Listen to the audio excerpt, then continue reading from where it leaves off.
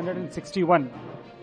As per the Bandobast scheme, we have deployed in coming Jubilee Hills Assembly election on different rank. Apart from that, 8 company of paramilitary forces. As per the instructions and as per the direction of Election Commission, we are using paramilitary forces.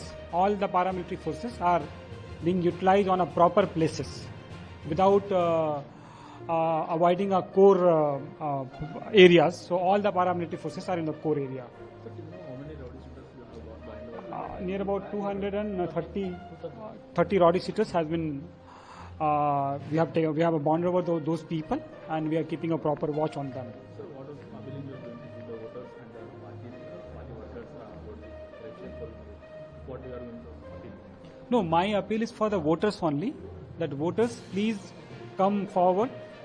We are assuring a very, very peaceful and very law and order will be on very properly. We are ensuring.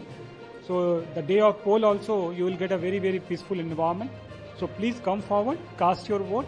After your vote, please back to your residence, back to your home, and be there with your families. You also mentioned that we are going to monitor with the drones. How many drones? Yeah, 139 drones is going to be placed, and feeding is coming to district election officers' office as well as command and police command and control.